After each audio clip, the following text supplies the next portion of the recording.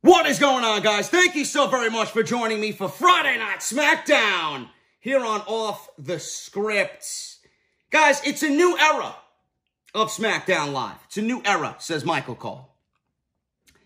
Tonight can be looked at on this show, on this channel, on this podcast as a new era. It won't be, though. It'll be a one-day new era because clearly I am not in my usual setting. I am not at home. I am not in the office. I don't have Sephiroth sitting behind me, being my bodyguard. Everywhere I go, that flag of Final Fantasy VII and Sephiroth is always behind me. I'm recording not with my usual setup. I have my iPad here with my notes, and I am recording this podcast on my iPhone 11 Pro Max just for shits and giggles. I want to see how it comes out, and to be quite honest with you, I barely even wanted to sit here and do this review. I did not even want to sit here and talk anything about SmackDown Live because I thought tonight's show was pretty damn bad. I thought this was a very bad show. Now, you're probably asking me, JD, why don't you just sit down and enjoy it for what it is? I can't because this is a new era and WWE should be moving in a new direction, and they failed to move in a new direction. WWE did exactly what they did with these anniversary shows, which was not really treated as an anniversary show, or I should say it was not really announced as an anniversary show. Online and via ads, it was announced as an anniversary show with all these different talents showing up, Stone Cold and Edge and Ric Flair and Alita and Sting and Trish and Hulk Hogan and all these different guys. Kurt Angle. Did you see any of them on the show? Or were they merely on the pre-show with that blue carpet special they had a half an hour before SmackDown went on the air? This was a 20th anniversary special that WWE pretty much clickbaited you with, and they gave you the same old shit that they usually give you with these anniversary shows. You see, people wonder why I complain. You know, it's great to have The Rock sitting on SmackDown Live and having a segment with Becky Lynch. It's great that we got Brock Lesnar wrestling for the first time in 18 years on SmackDown Live in a WWE Championship match. It's great that we got a surprise of Cain Velasquez, which I will talk about a little bit later. But what I'm not okay is the WWE having a pay-per-view on Sunday night and then making this show out to be some big spectacle in which, at the end of the night, it really was not. They have a pay-per-view on Sunday, and they failed to announce another match for this pay-per-view on Sunday. So my main gripe with all of this is, how is this considered a new era? How is this a new era on SmackDown?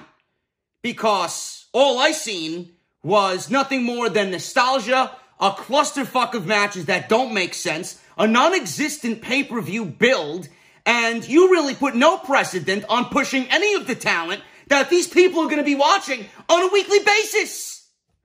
So how is that a new era? It's not a new era to me, folks. It's not a new era. You could bring out the Tyson Furies. You could bring out the Cain Velasquez's. You could do everything to hide and mask all of your fucking fuck-ups. But one thing remains true, that this company fails to push their current stars and their current roster as anything as important, and they always rely on the tricks of the trade to help them get a rating, and to help them get into the mainstream, and to help them get on ESPN, and to help them trend on social media. This is absolutely the opposite of what they should be doing. All of that shit is going to come to them if they just do the one thing that they're supposed to do. Why don't you give me a fucking professional wrestling show, and all that shit that you want and desire will always be there in the end waiting for you. Because when you put on a good show and you actually try and give me something that fucking makes sense instead of this clusterfuck of a SmackDown that we've seen tonight, all of that will be a lot better, and I wouldn't complain as much. But we didn't get any of that. We didn't get any of that. You're probably looking at me like I got 6 fucking heads. I know what I'm talking about. How anybody could be okay with the fucking non-existent pay-per-view build of this show and of this pay-per-view on Sunday is absolutely mental. Do you know what this means? We have 3 pay-per-views announced, and we have absolutely nothing going on into Sunday? Why would anybody be sitting there? And A, B, why would you want to go and sit there in the arena to watch this shit? I don't understand. What WWE should have did, and this is my last bit of ranting here before we get into the review. What WWE should have did is they should have made this their pay-per-view night and booked it as such.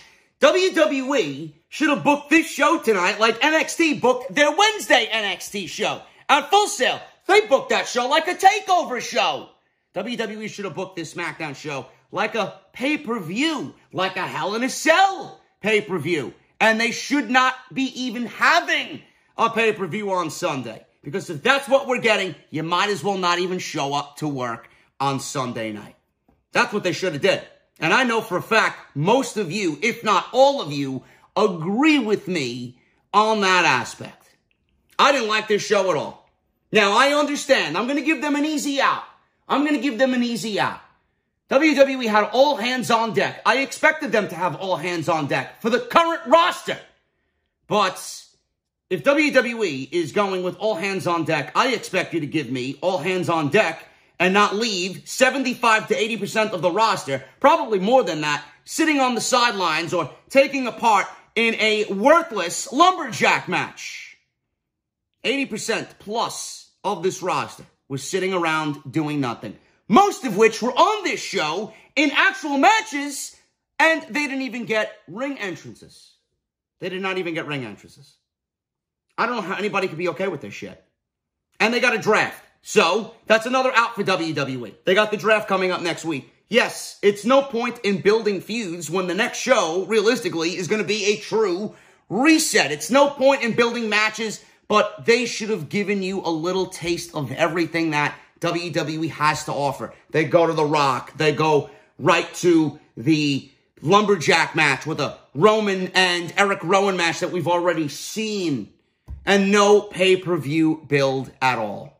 A ladder match that pretty much was very formulaic and very basic and very simple, riddled with commercials on national television that really didn't do anything but give you a predictable outcome in the end. It didn't offer you any excitement.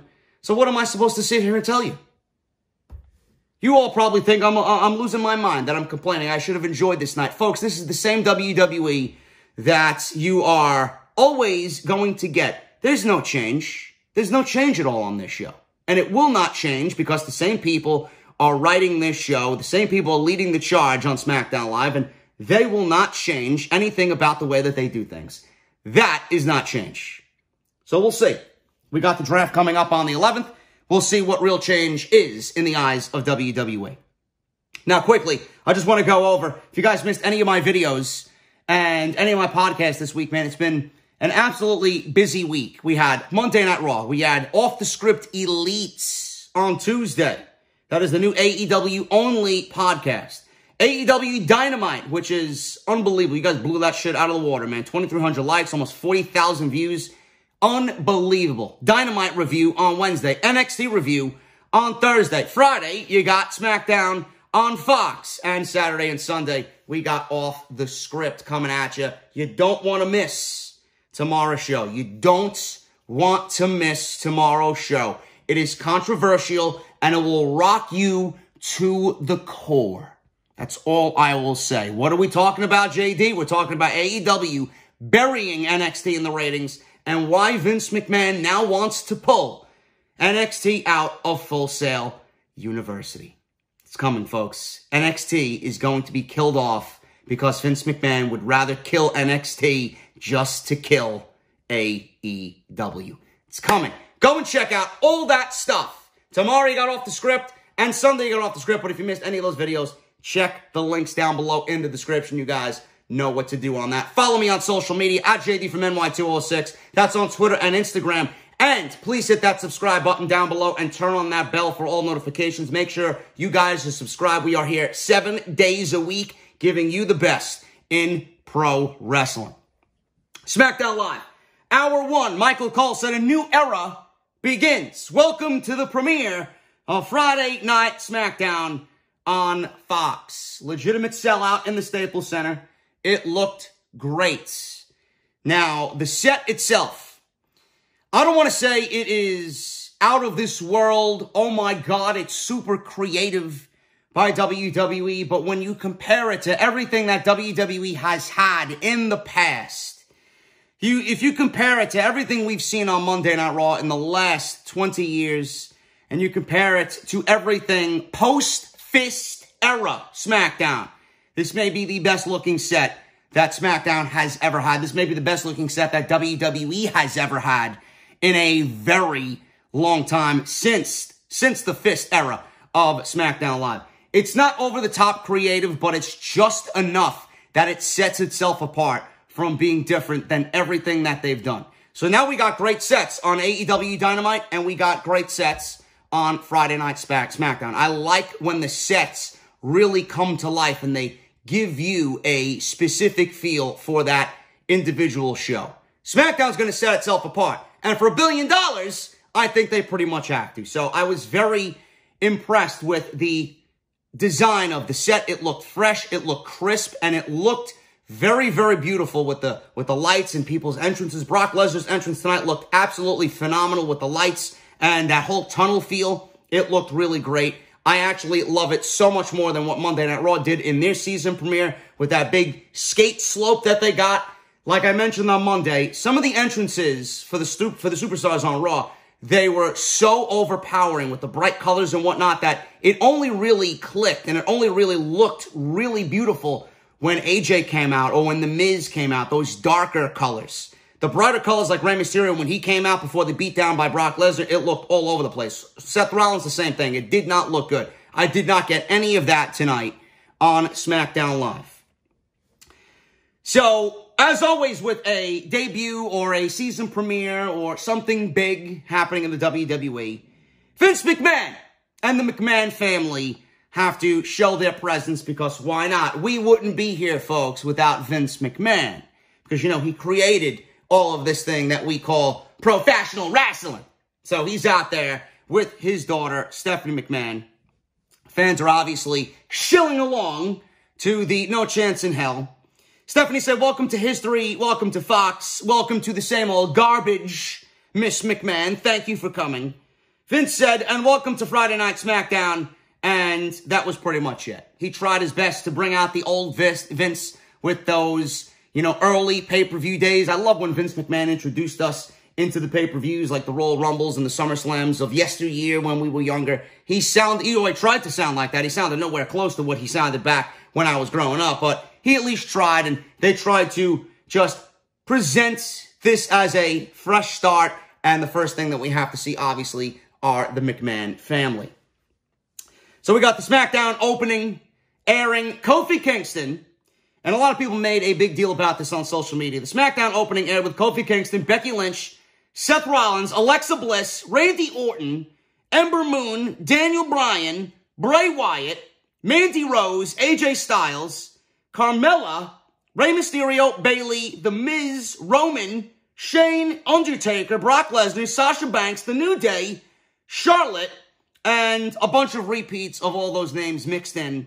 And then Triple H and John Cena were also showcased in the open as well. And the theme song is AC/DC's Are You Ready for a Good Time? Now, a lot of people were making mention of social media, or on social media, of this open, that WWE potentially gave away draft picks for SmackDown Live. And if I was a betting man, I would say that these people were specifically put in the open for a reason. Now, that was not done by just, you know, willy-nilly. They didn't have a lottery. They didn't pull names out of a hat. They didn't throw names at a dartboard. SmackDown and Fox specifically put these names in the new video package that will be featured for this entire season of SmackDown on Fox, at least for the next year, until we have another draft. I do believe that these names are names that are coming to SmackDown Live. Becky Lynch and Seth Rollins are there. They are a power couple in WWE. They're not breaking them up. They're either staying on Raw or they're completely moving to SmackDown Live. So that I could see happening because they're paired here in this open. Kofi Kingston and the New Day. New Day's been a staple on SmackDown Live. New Day's one of the more popular acts in WWE. Why wouldn't SmackDown want them on Fox? Bray Wyatt is in there. Bray Wyatt's in there. We all know that Fox desires Bray Wyatt on SmackDown Live. Will they get him? I don't know. I don't think that's a good idea. John Cena, Brock Lesnar, Triple H, The Undertaker's in there, Shane McMahon, Sasha Banks is in there. What does that mean for their match at Hell in a Cell? What happens there? You can't have Becky and Sasha on SmackDown Live if they're in the open of SmackDown Live. Why would they be in the open of SmackDown Live and then show up on Monday Night Raw when they're not affiliated with SmackDown Live? I don't get it. So I don't know what the plan is here. I don't know what the process is here unless WWE plans to have the same kind of open with the same superstars on Monday Night Raw. I did take a look at their open on Monday Night Raw with Skillet and their song Victorious, but I don't know. I don't know what's going on. So a lot of people are making a big deal that SmackDown and Fox gave away some of the draft picks coming up next week. I do think most of these names are moving to SmackDown Live, but we will remain pretty neutral here. We're not going to go out there and make any predictions just yet. We'll see what happens. I like to be surprised with the draft, and the draft is one of my most favorite things of the entire year when it does happen, so hopefully WWE does it right this year, but we'll see what happens, man. A lot of these names I could see definitely going to SmackDown Live. Now we got Pyro. WWE paid for Pyro and lasers and fire, so there you go. Pyro blasting. We got the new entrance with AC/DC playing to the crowd. Pretty awesome. Becky Lynch walked out, and her music hit. WWE Raw Women's Championship in hand. Michael Cole and Corey Graves at ringside. He said he has the privilege of calling WWE for 23 years, but he's never been more excited. Sure thing, Michael Cole. Sure thing. Graves said the WWE Universe is ablaze. And if you're not excited, check your pulse. Do you know what I wish that they would ablaze? The Raw script on Monday. That's exactly what I think should be in a blaze. You fucking cretin. Anyway, we had Becky Lynch in the ring. She talked about her history with SmackDown and cited fans using their voices to raise the excitement in the building. Let's say I repay you by kicking someone's ass. She said she was interrupted by Baron Corbin. He said, yes, the king is here. Corbin walked up into the ring and asked Becky Lynch if she really thinks she's the man. Of course she does. She's on the cover of the video game. She's engaged to Seth Rollins. She's got a marquee match at Hell in a Cell against Sasha Banks. She's the Raw Women's Champion.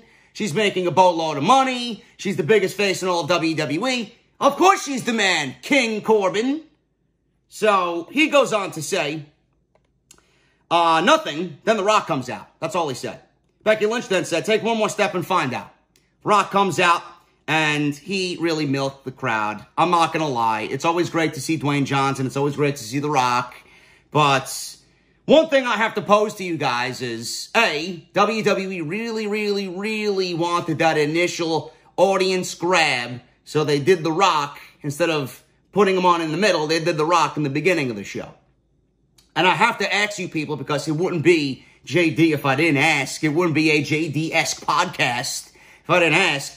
Monday Night Raw drew a high rating. For them, it was like a 2.6, 2.7. Clearly, that's going to dip in the weeks to come because after everybody's seen that debacle of a show, nobody's going to watch that show on Monday because we know it's the same old shit. Now, they have a draft coming up. They'll probably check it to see who's on the brand, and they'll see how things are going to be moving forward on that brand. But after a while, those ratings are going to go right down the toilet. Same thing with SmackDown Live here, folks. What is WWE going to do when you don't have a Rock, when you don't have a Hogan, when you don't have a Flair, when you don't have an Angle, when you don't have a Sting, when you don't have a Lesnar, when you don't have any of these guys, right? When you don't have a Dwayne Johnson on next week's show and a show after that and a show after that. What are you going to do when you're not getting a 4 rating anymore? What are you going to do when you're back down to the 2.1s or the 2.0s and Fox looks at you? Bro, why aren't you getting the ratings that we got on week 1? Oh, I don't know. WWE's going to be sitting there with their hands in the air. What do you think they're going to tell them? What do you think they're going to tell them? Fox is paying for numbers. Fox is paying for improvement. Clearly, WWE's not going to improve if this is the type of show that they're going to give you. Because this show didn't really do anything to get you excited about what SmackDown Live has to offer. Someone watching the show is thinking, oh, look, The Rock. Oh, look, Hogan. Oh, look, Lesnar. These guys aren't going to be there full time. And then you didn't do anything to give me a glimpse of who's on the fucking roster right now, no matter if the draft is next week or not. We got no insight or glimpse or video package about anybody on this show. You threw Shinsuke Nakamura out there with basically nothing. Nothing. Oh, yeah, he's the Intercontinental Champion, but who the fuck is he, according to these people? Nobody. Absolutely nobody. WWE dropped the ball big time, and they're only going to look at, oh, look, The Rock is back on SmackDown Live. He's not going to be there. He's going to disappear for another 4 years, and then that's it. So what are you going to tell Fox when they look at the ratings and they're like, well, what happened to the 4 rating that we got 4 weeks ago, and now we're back down to the 2s? They're going to blame it on WWE. But that's the way it is. That's the way WWE operates. They want the quick, the quick ratings grab and the clickbait, right? They want that initial reaction, and they don't plan for future storytelling or future angles or future superstars. So I did not like this segment already from the get-go. And then The Rock opened his mouth. Listen, he's entertaining. The Rock has finally come back home. All this nonsense. So Corbin interrupted. Rock called him a broke-ass Burger King on crack. So that was pretty much it. Rock said he is back here, and the phrase to Corbin, he said, to some jabroni that changed the WWE landscape forever and changed the word. He said he was going to lay the smackdown. They noted that the screen said hashtag SmackDown was the #1 trend on social media. He then called Corbin a broke-ass Burger King on crack. He did his shtick with the usual, saying The Rock has finally come back home. Corbin interrupted and said The Rock isn't home anymore. This isn't his home anymore. He says he's no longer the great one. As a matter of fact, you're looking at the great one, the most electrifying king in sports entertainment. He told everyone to know their roles and shut their mouth. The Rock chuckled and said just because he won the King of the Ring doesn't make him a king, and it shouldn't make him want to walk around like a 35-year-old virgin walking around Comic-Con. So The Rock pretty much put down the accolade of winning the King of the Ring, and I didn't really appreciate that all that much. People are like, JD, lighten up. JD this, JD that. It's The Rock. Baron Corbin's going to be more over for this. Who said Baron Corbin deserved this spotlight to begin with? All we knew is that The Rock, coming to SmackDown Live, wanted to work with Becky Lynch. What the fuck does Baron Corbin have to do with this? And Baron Corbin being there, why must you shit on him winning the King of the Ring? Does nothing matter anymore? That's my gripe. The King of the Ring should be prestigious. Yet you got The Rock downplaying the fact that he won the King of the Ring, downplaying the fact that he won 4 matches in a single tournament, downplaying the fact that he won the whole fucking thing. So how valuable and how important is the King of the Ring when someone like The Rock puts it down? They hang on the word of every word that comes out of that guy's mouth. Everything that guy says is gospel. If The Rock said the King of the Ring was the most prestigious accolade in WWE all year, then they would believe him. But instead, he put the King of the Ring and Baron Corbin winning the King of the Ring down. I find that to be a burial of the entire tournament. I don't know why that needed to be said. Now, Corbin is just standing there like a fucking dumbass. So, he goes on to call himself the greatest king in all sports entertainment. The Rock was laughing. Rock said Becky is the man. However, you don't see Becky Lynch walking around carrying a pair of testicles. Becky then said, but if I did, they'd be a whole lot bigger than yours. I did not laugh at this whatsoever. I found that to be incredibly cringe. Incredibly cringe. Corbin then said, my testicles are perfectly adequate. Again, incredibly cringe, and I did not laugh at all. He said he is superior to Becky and The Rock and everyone in the arena. He said this city has only one king, and it most certainly is not LeBron James. There's the cheap heat, folks. King LeBron in LA. Rock said, just so everyone is clear, he wants to know if he really thinks he's superior to The Rock and the man and LeBron James. My good friend, he says, LeBron James. He asked Corbin what it's like and what he thinks.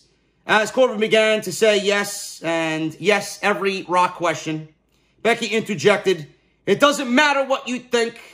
Again, cringe. Rock said Corbin is legit and a badass, and he said, you know, you retired Kurt Angle and won the King of the Ring and Money in the Bank, and Becky asked if he's saying that Corbin is a super tough dude. Rock said this is an inclusive show where he engaged the people. Rock said in 3 seconds, the fans are going to be chanting something at him, and every time they see him, they will chant this word. So Rock got an STD chant aimed at Baron Corbin.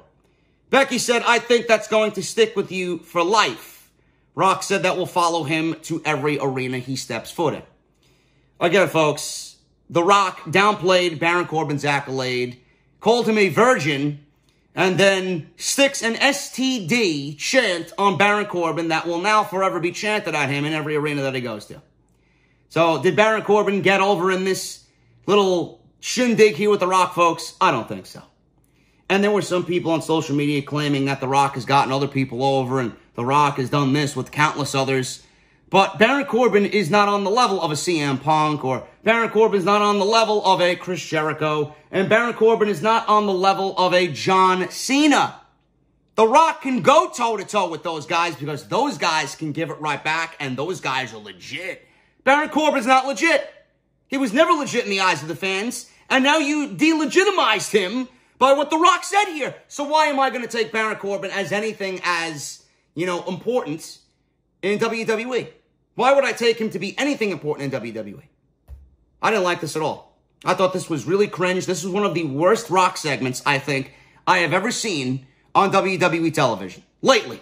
In his recent returns, this was one of the worst segments I think he's done in recent memory. I did not laugh.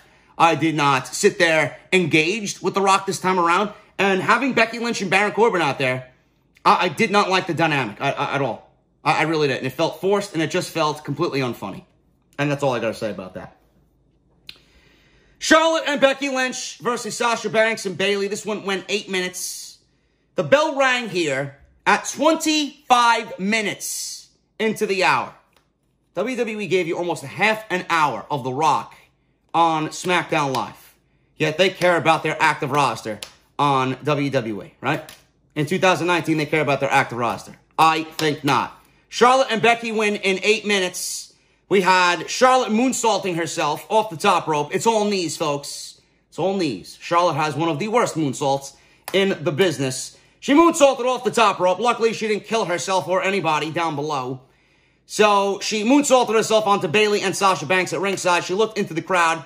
Back in the ring, Charlotte put Bayley in a figure 8 for a tap-out win. Must be nice for the SmackDown Women's Champion to tap out 2 days before a Hell in a Cell pay-per-view in which she doesn't have a match. In fact, Bayley challenged Candice LeRae on social media to a match at Hell in a Cell. Will we get it? Probably not. Will we get Charlotte Flair winning the title back? More than likely, because I don't see her moving to Monday Night Raw at all. And being that Charlotte now has 2 reasons to get a rematch. Bayley cheated at Clash of Champions, and she just made the Women's Champion tap out here on the first episode of SmackDown Live, or Friday Night SmackDown on Fox. Charlotte versus Becky will be an unadvertised match at the pay-per-view on Sunday night. So we got Erin Andrews backstage, and she said it was an honor to be a part of the broadcast. Erin Andrews, I believe, is one of the coordinators, or one of the analysts, one of the female analysts for the NFL Sunday games on Fox. Wasn't she on ESPN? Wasn't she, I think, kind of having her privacy really disrespected in some way? Wasn't there, a peeping Tom or someone, following her home and taking videos and photographs of her, undressing or something like that? I think that was her, right? I do believe it was. Yeah, and we have the New Day here. They're gyrating into an interview here with Erin Andrews. She asked Kofi Kingston about the main event, and some are saying that he's the underdog. Really now? You're in a match with Brock Lesnar for the WWE Championship after what Brock Lesnar just did to Rey Mysterio and his son on Monday Night Raw. I'm not sure if Erin Andrews was filled in. Is he the underdog? He might be underground in about fucking 1 hour. Underdog is an understatement. Miss Erin Andrews, get with the program. Get with the program. Is he the underdog? Of course. Just look at the fucking size difference between the two. Underdog. So Kofi says everyone always says he's the underdog. Being the underdog is what I do, he said. I climb mountains and I overcome odds. She asked if Big E and Xavier Woods were his posse. He said that they are referred to as his boys. the New Day. Xavier and Kofi Xavier said Kofi has asked to let him climb the mountain alone so he can prove to Brock that he deserves to be your WWE World Heavyweight Champion. Sure. So we got Seth Rollins. Oh my goodness. Seth Rollins is walking backstage with his Universal title. Apparently he's fighting Shinsuke Nakamura, champion versus champion, unadvertised. Seth Rollins is a Monday Night Raw superstar, and Shinsuke Nakamura is a SmackDown superstar for now. But this match didn't make any sense, and WWE just kind of threw darts at the wall. Who are we going to put Seth Rollins on this show with? Who is he going to be in a match with? Because we got to feature our Universal Champion on this show because it's all hands on deck and fuck the wild card rule. So Seth makes his way down to the ring. And right as soon as he gets into the ring, Bray Wyatt is looking down upon him on the Titantron. So we got a Firefly Funhouse. Said he wanted to introduce everyone to his home and his special friends, Abby, the Witch, Mercy the Buzzard, Huskus the Pig, and Rambling Rabbit. Now, Rabbit was dressed up as Seth Rollins, which I found hilarious. He warned him not to get in the cell with the Fiend.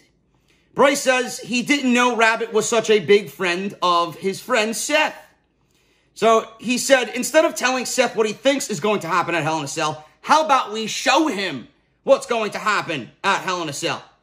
Bray did some ring introductions for the match with Rambling Rabbit inside a small red cage that he had constructed himself inside the funhouse. Then Mercy the Buzzard was showcased as his opponent. Mercy chomped on the rabbit and suddenly stuffed like cotton or stuffing from Rambling Rabbit, which was definitely overexerted and really embellished on this show. All of a sudden you see Bray Wyatt on a camera cut, back to the cell, back to Mercy eating Rambling Rabbit. Then we see back to Bray, and we see all this cotton debris flying at Bray Wyatt. And at the end of it all, Mercy chomped the rabbit, and his head was decapitated. Yes, we have Rambling Rabbit once again killed off on SmackDown Live, folks. Correct me if I'm wrong, wasn't Rambling Rabbit dead on Monday Night Raw? Why didn't they show us Rambling Rabbit being resuscitated on SmackDown Live and then put into this match with Mercy the Buzzard? So what am I to believe here? Is Rambling Rabbit going to be alive next week too? I don't know. Does he have 9 lives? Is he a fucking feline? What's going on here? I need the truth here with Rambling Rabbit. You can't be breaking my heart, bro. You can't be killing these characters off every single week only for them to come back and remain alive. Is he dead? Then keep him dead. Rambling Rabbit is no more. But Rambling Rabbit, you know, we could sit here and make fun about Rambling Rabbit dying every single week. Rambling Rabbit is going to suffer the same fate, just as Seth Rollins is going to suffer the same fate at Hell in a Cell. Or I should say Rollins is going to suffer the same fate as Rambling Rabbit. This is nothing but a foreshadowing, folks. You know, don't be fooled. Don't be fooled. So Rambling Rabbit is dead. He is decapitated. Bray broke into his maniacal, evil, twisted laughter. Bray addressed Seth and said history has a way of repeating itself. Bray said they have hurt for so long, and now it's his turn. See you in hell! And then he closed the Firefly Funhouse, and that was it. Folks, let me tell you something about the Funhouse. I am not really all that intrigued by these Funhouse segments anymore, and I will talk more about Bray Wyatt in just a little bit. But there is only one decision here, and there's only one way out. There really is only one way out. I do think that this Rambling Rabbit decapitation and him being eaten by Mercy the Buzzard is a foreshadowing of what's to come. There's absolutely no way that Bray Wyatt is losing this match. There's no way. If he loses this match, the character is dead. The character might as well be fucking Rambling Rabbit at this point. There's no way that Seth Rollins is losing, or Bray Wyatt rather, is losing this match. Seth Rollins has to lose this match, and then I don't know what the fuck they plan to do with him, but he's gone. Get rid of him. Do something with him. He is just so unimportant in everything that he does. It's just a sad thing to see the decline of Seth Rollins. I don't know how much more I could fucking speak on Seth Rollins. Only one way in and one way out here for Bray Wyatt. In as challenger, out as champion. That is it. There's no other outcome here. I don't want to hear any ifs, ands, or buts. And again, I will say it again, no fuck finishes. Seth Rollins versus Shinsuke Nakamura. This was barely even a match. I don't even remember what happened in the match. All I know is they went to commercial break, and we heard back from commercial break, Ric Flair was at ringside. We had Hulk Hogan's theme music playing on the fucking PA system while Seth and Nakamura were in the ring getting ready for the champion versus championship match. And here fucking Hulk Hogan, It's a Real American, playing on the PA system because he's in the fucking crowd. So, yeah, some important Universal Championship match you got going on at Hell in a Cell, and some big-time champion versus champion match here that barely got even started. So, this one was pretty much nothing. Seth kicked Nakamura in the head. He looked to the crowd. He was getting ready to do the stomp, and then as he set up for the curb stomp, the lights went out, and obviously that means the Fiend is near. Seth quickly ran up the aisleway. He stood in front of the new SmackDown entrance, and when the music and the creepy sounds of Bray Wyatt came on, he wasn't in the ring, but Bray Wyatt was behind Seth Rollins, and another week of the Mandible Claw. Now, Bray has been stalking Seth Rollins for 2 weeks, okay? Crawling and intimidating, and Rollins is backing away, and he's terrified, and he's scared, and he's acting like a pussy, right? And then we got Bray Wyatt for the last 2 weeks, on top of the 2 weeks that were a repeat in itself, because he chased him away twice, or scared him shitless for 2 weeks. The last 2 weeks, we've seen Bray Wyatt deliver the same Mandible Claw to Seth Rollins. In the same instance, the same scenario.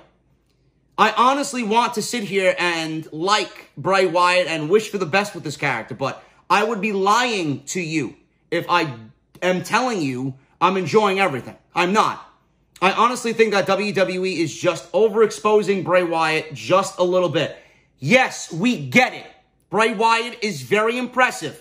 The Fiend is doing things that we all expected the Fiend to do. He's hot. He looks great.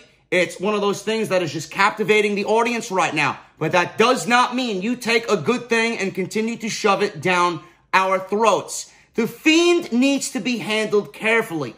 I need you guys to go, and I know WWE is watching this shit, because why the fuck wouldn't they be? You guys need to go back to the drawing board with this shit.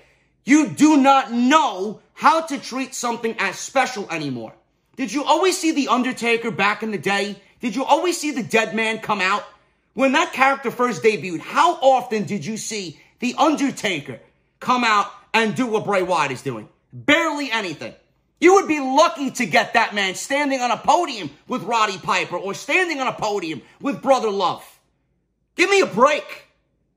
When Hogan was there and he was feuding with The Undertaker in the Gravest Challenge, and The Undertaker ripped Hogan's cross off and dropped the cross right on Hogan's chest. Did you ever think that you'd see The Undertaker in that fucking moment? That was a rarity. He didn't show up and build that fucking storyline. Hogan sold that storyline. Instead, you did here. You made Seth Rollins look like a fucking pussy, and Bray Wyatt now is being overexposed. Mandible Claw, Mandible Claw, Mandible Claw. What's going to happen at the pay-per-view? What's going to happen at the pay-per-view? By your track record, it looks like Seth Rollins might be walking out as Universal Champion. It's 4 weeks now. 2 weeks he's looked like a pussy. 2 weeks he's been Mandible Clawed. What does that mean? You cannot have the same thing over and over again. I would have rather just seen Bray in the Funhouse, but we've seen The Fiend now 4 weeks in a row on Monday Night Raw, when we've only should have seen him once. Once. And that one time should have been inside Hell in a Cell. Give me a break. You gave us The Fiend on that initial Firefly Funhouse. The first time we ever seen The Fiend, people were going crazy. Now you can't get enough of it.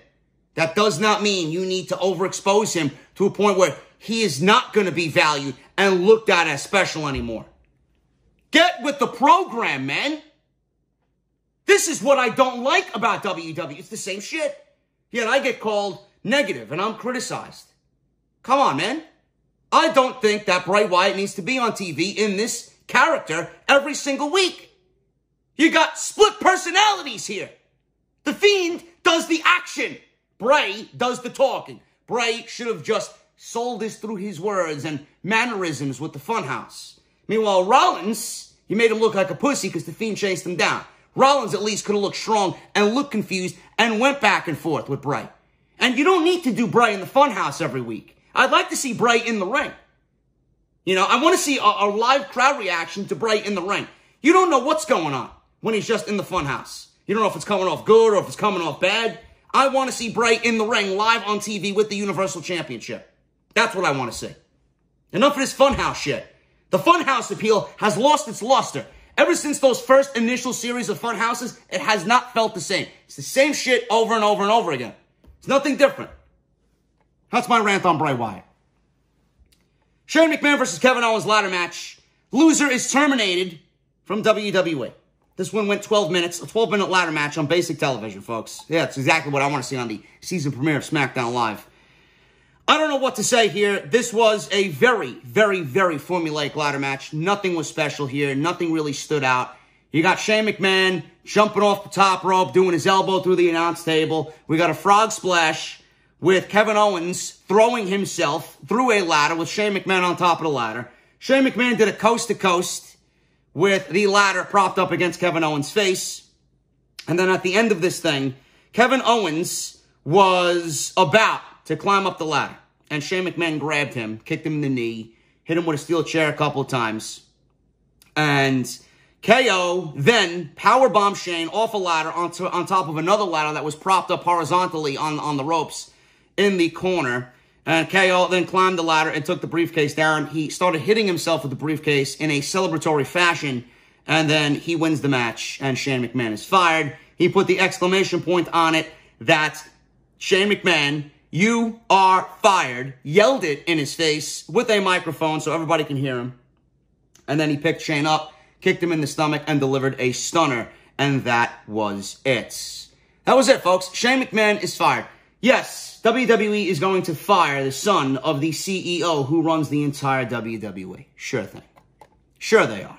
We'll see Shane McMahon back on television just in time for the Royal Rumble.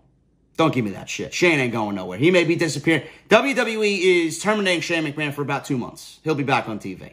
Kevin Owens, I hope that we get him in a prominent program. Hopefully they start building him back up as a badass and a legit tough guy. And that Kevin Owens that we got when he took the microphone initially to tell us all exactly what we knew, that Shane McMahon was taking up too much TV time and taking up opportunities from Buddy Murphy and Aleister Black and Kairi Sane and Asuka and Ali. Where's that Kevin Owens? Hopefully they start going back to Kevin Owens like that. This was a very formulaic and very predictable match outcome with a storyline, folks, that was resuscitated because WWE came to a conclusion one day. Oh, we have to finish this storyline. Let's fire Kevin Owens, or at least try to fire Kevin Owens again, but then we'll get a ladder match out of it on SmackDown Live. There you go. We'll finish it up on SmackDown. Everybody knew he was going to win. This is very formulaic, very basic. This falls in the lower ladder of the ladder match realm, folks. This was nothing to brag about. This was nothing to go to school tomorrow and talk to your friends at the lockers about. This was basic shit. Basic shit. They tried to fit an epic ladder match on basic television in about 10 minutes. That's all it was. Nothing happened here outside the ordinary. Very predictable outcome. Kayla Braxton was backstage, and she was waiting for Brock Lesnar. We had Kayla waiting for Lesnar, and instead we got Heyman. He was riled up. He was very impatient.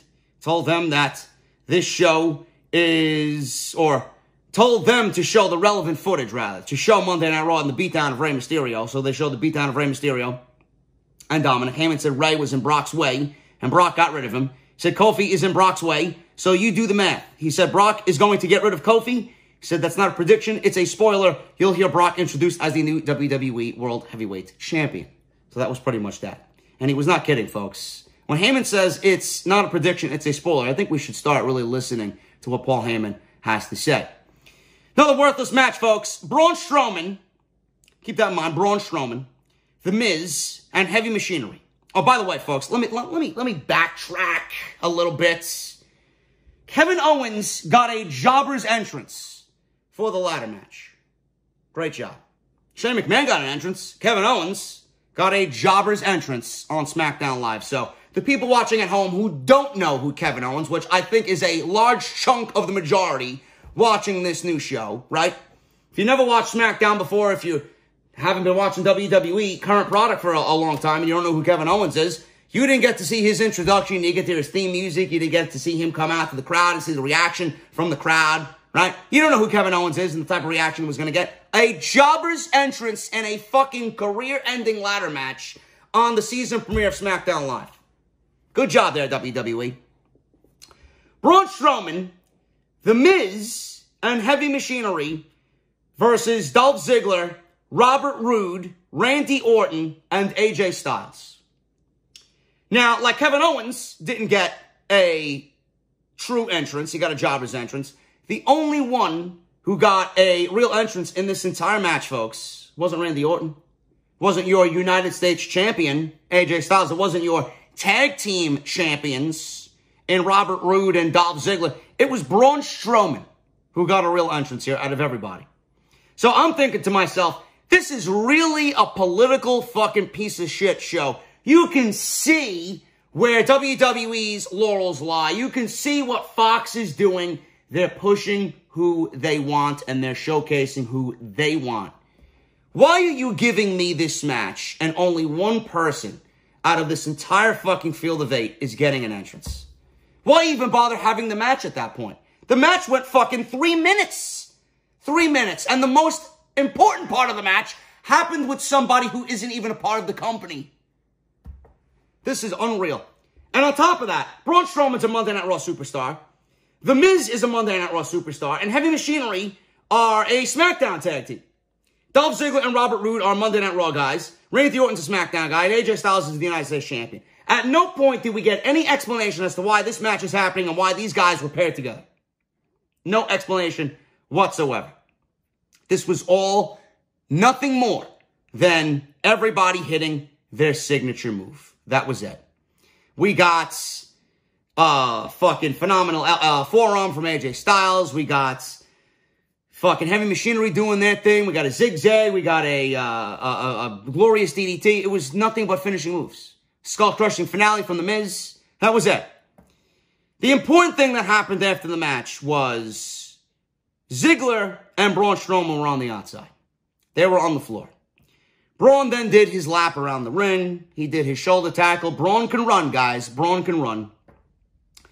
So, he threw Ziggler, Braun did, into the barricade front row. Front row was sitting Tyson Fury. Tyson Fury. So Tyson Fury looked upset, and Tyson Fury is a very popular fellow. Strowman then smiled, and then in the most cringe-like fashion, he stood there with his fists propped like this, like he wanted to box Tyson Fury. I would have loved to see Tyson Fury knock this fucking guy's beard right off his face. So he's squaring up with Tyson Fury, and I'm fucking rolling my eyes in the back of my head, man. This was god-awful. So Strowman was smiling.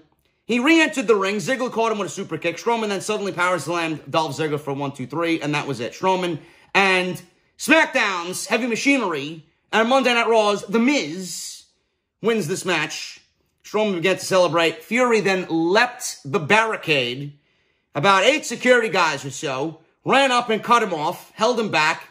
Fury was taking off his jacket. He wanted to get in there with Braun Strowman. Crowd was chanting, "Let them fight."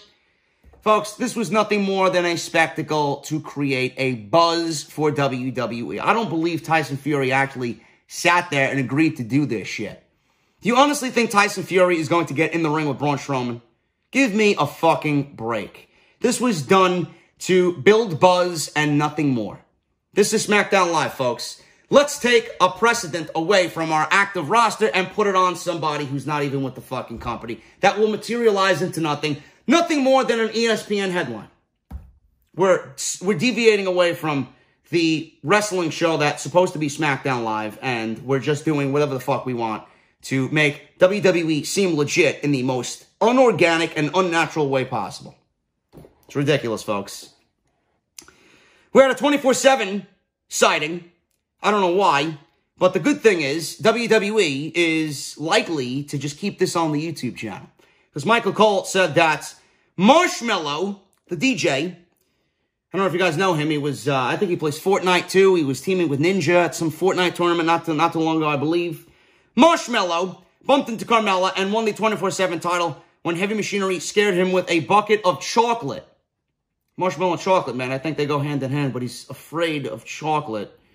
So Michael Cole said he's already lost the title. So if you want to go see Marshmallow lose the title, and to who, I'm assuming it's R-Truth's 97th title reign, you could go check that out on the WWE YouTube channel. I like the fact that they're keeping this on the YouTube channel because this has absolutely no place on WWE television, let alone a new version of a sports directive SmackDown Live. Roman Reigns and Eric Rowan. This one went 9 minutes. Lumberjack match. Yes, WWE is giving us a rematch of a match that nobody cared about from Clash of Champions instead of giving us Roman Reigns versus Luke Harper, which would have been a better match.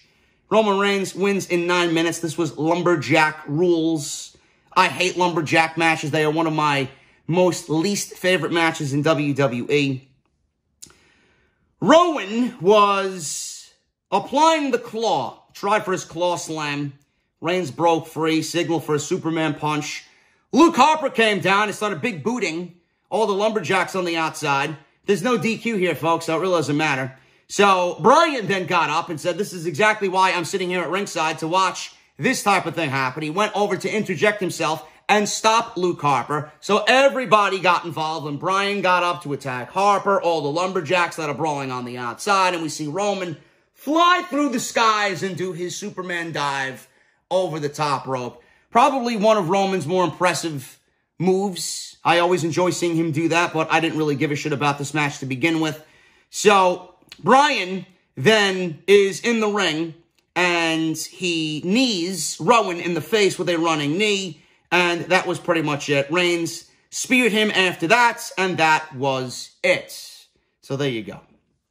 He wins in 9 minutes, and we're getting a tag team match that I am assuming Daniel Bryan is going to turn on Roman Reigns because there's no other outcome to this because Harper and Rowan certainly cannot lose. And I don't know if you guys felt this same way when watching Daniel Bryan. It looked like Bryan went for a handshake to Roman Reigns to be like, yeah, I'll see you on Sunday. We're going to get this thing done. But when I looked at Daniel Bryan, I looked at a guy that is kind of manipulating some sort of turn on Sunday. And the handshake didn't look all that genuine, if you ask me. That has the makings, to me, of a fuckery. It's got fuckery written all over, which I hope happens, because that would be a great way to introduce the Usos. You got Bryan, Harper, and Rowan versus Roman and the Usos. You could build more dominance leading to the Survivor Series, and then Roman and the Usos could get their win at the Survivor Series. And then we can continue with Bryan and Rowan. We can continue with the Usos versus the ex-Bludgeon Brothers. I think that's a good way to go. It's a good introductory, return for the Usos, and you could build a tag team division around these two teams, and I think those two teams, just like in the past, tear it down. They would tear it down on SmackDown Live. Finally, guys, Kofi Kingston and Brock Lesnar with Paul Heyman, WWE title match. If you blinked, you missed it. If you legitimately blinked, you missed it. And Lesnar's entrance was awesome with the new stage. Out comes Lesnar and Paul Heyman. And this was 5 seconds. 5 seconds. The introductions lasted longer than the match. So we got a list of accolades here for Lesnar. I wrote down, Cole mentioned NCAA, UFC, WWE accolades. No mention of an IWGP championship here. Kofi came out to the New Day music as always. Xavier and Big E joined him on stage. Then they stayed there and Kofi made his way down to the ring by himself because he's got to be a big boy. He wants to sit at the adult table here at IHOP and eat his own pancakes. So Kofi danced his way to the ring, started tossing pancakes in the crowd, and Heyman introduced Lesnar as the mayor of Suplex City. The bell rang, and this match started at about 9:51, and I'm like, they're really leaving this match with 9 minutes left in the show. This is either going to be a complete squash match, or it's going to come down to the wire with Kofi getting in some offense quick on Lesnar, ultimately resulting in Lesnar still winning. So this match ended, like I said, folks. If you blinked, you missed everything that happened here. Lesnar picked up Kofi as soon as the bell rung, put him in the F5 position, slammed him down with the F5, and then won the WWE Championship in 5 seconds. 5 seconds. I hear all of the Kofi Kingston elitists out there, and I hear your crying. I hear all of your whimpering and your moaning and your bitching and complaining, and I see those salty tears just dripping ever so gently down your face. I know. What a reign for Kofi Kingston, man. All this hard work, all this, I'm the greatest WWE champion talk. I'm going to be going on to become one of the greatest WWE champions of all time. He gets in there with Brock Lesnar, and it's worse than the Beast of the East debacle with Kingston and Brock Lesnar. 5 seconds. Just like F5, 5 seconds. And Brock Lesnar is the new WWE champion. What do you think of that title reign, man? Fed to the Beast. Now, I didn't know what was going on here. We had Rey Mysterio's theme music coming out. I don't know what you guys thought. But with Lesnar not even breaking a sweat, he didn't even break a sweat. Won the WWE Championship. I heard Rey Mysterio's music, and I'm like, oh my God, WWE is going to give us an impromptu match with Rey Mysterio and Lesnar, and Rey Mysterio is going to beat Brock Lesnar for the WWE Championship. I don't know if you guys thought that, but that's what I was thinking. But then we see Rey Mysterio in a sling. Comes out injured with his arm in a sling. And out with him comes Cain Velasquez, who looks like he could use a gym. He looks completely out of shape. Now, Vince might talk to him, bro, you gotta muscle up a little bit before you could get in there with Brock Lesnar. But they made this to be a big deal. And I honestly will admit to you guys that after my bellowing and my laughing after Kofi Kingston lost the WWE Championship in 5 seconds, I didn't think they would do Kofi that dirty. I really did not. I had it completely ass backwards. I thought WWE was going to give us like a fucking AJ Styles, Daniel Bryan-like match with Brock Lesnar, and they didn't even allow Kofi the honor of showing us what he could do with somebody like Brock Lesnar.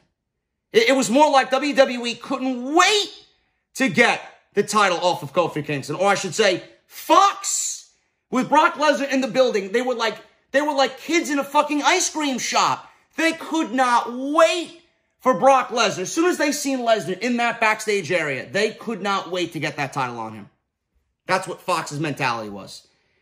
But Cain Velasquez comes out, and Graves then said Cain is one of the people who beat Brock Lesnar for the UFC Championship. Cain walked up the stairs. He was wearing a very visible knee brace, and Cole said Lesnar looked shocked, and I legit seen shock all over Lesnar's face. He played that off beautifully. I was shocked. Like I said, after my bellowing and laughing and tweeting on social media, I put my phone down and I was glued to my TV. I'm not really interested in this. And we'll talk about this on Sunday because this is one of the stories on Off the Script. I did not think Cain Velasquez was going to show up on WWE television. I did not. I honestly said on Sunday, and I might as well tell you guys right now, WWE has been talking to Cain Velasquez. They're very interested in Cain Velasquez, and so is AEW. But there was a report in the Observer that Cain Velasquez was hurt and that he wanted knee surgery. He wanted knee surgery before he got back into full-time wrestling. There was also a report saying that Cain Velasquez could not wrestle in the United States due to his UFC contract. I believe he's still under a UFC contract, but UFC is allowing him to only wrestle in Mexico for AAA. That was reported this week, and that's what I reported on Sunday. Now, this coming Sunday, it's going to be in the podcast. Then I went into WWE started planting seeds for a possible Cain Velasquez storyline. Because the whole Mysterio beatdown and the beatdown of Dominic was WWE planting seeds to get Cain Velasquez in the WWE for a Velasquez-Lesnar match. Now, that's pretty ballsy of WWE to plant seeds for something that is so unknown that you don't even know what's going to happen. Now, they have an easy out.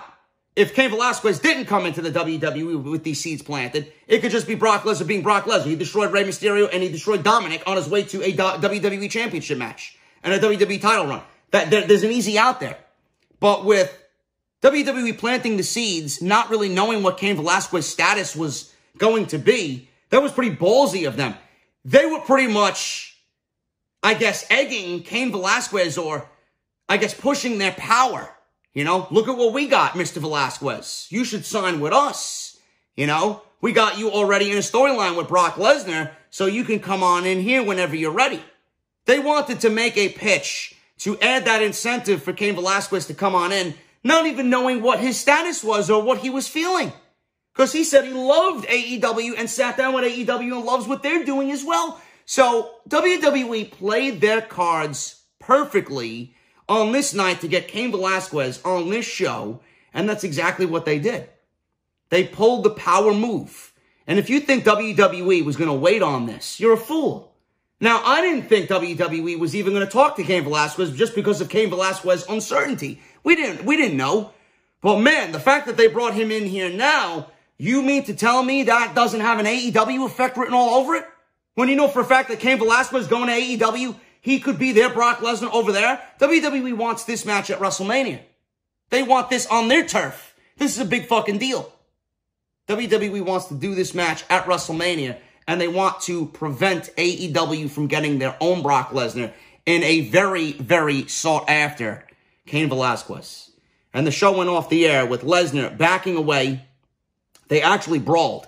Took him down. Lesnar was speared by Cain Velasquez. Couple of UFC-style ground-and-pound shots. Lesnar retreated. He teased getting back in the ring. Cain was yelling in the ring, "Come on, fight me." And that was pretty much the way SmackDown Live went off the air. WWE's throwing their power around to Cain Velasquez, man, but I don't think any of us should really take any of this lightly. WWE is stepping it up as far as who they want and when they want them. They want them when they want them. They're going to do everything they can to get them. Because AEW right now, man, everybody's going to AEW. Everybody's first pick is going to be AEW. I'm telling you right now. WWE has done this to keep Cain Velasquez away from AEW. Yes, the idea of Lesnar and Cain Velasquez in a WWE ring, being that they were rivals in the UFC, it's very attractive, and it's really is. You know, this is Fox. This might be a Fox thing. I don't know. We'll find out this week if Cain Velasquez is signed in with WWE, if he's on board with a deal. We don't know. But this has Fox written all over it. Fox wants sports. Fox put the title on Lesnar. That's their guy. That's their guy that they want as far as the sports-driven product. Now they're going to combat that with Cain Velasquez. Now, on the other hand, I don't really like how we all just kind of shit all over Kofi Kingston and his WWE title reign, and we gave away everything that he's worked so hard for Cain Velasquez. With Cain Velasquez coming out, it really just shit all over Kofi Kingston's title reign. He was defeated in 5 seconds, and he was ushered out of there quicker than you could breathe for Cain Velasquez. Is this how we're going to treat the current crop of WWE stars? Because I don't want this to happen and become a regular thing. Yes, I get Lesnar and Cain Velasquez as a money match. It's the ESPN headlines. It's the fucking newspapers and the news articles and the mainstream and everything. It's going to be spotlighted everywhere. But that does not mean you get to shit all over your active fucking roster that are there day in and day out bleeding and fucking sacrificing for you and making titles like the WWE Championship important. Cain Velasquez and his appearance shit all over Kofi Kingston on top of him already losing in 5 seconds to Brock Lesnar tonight.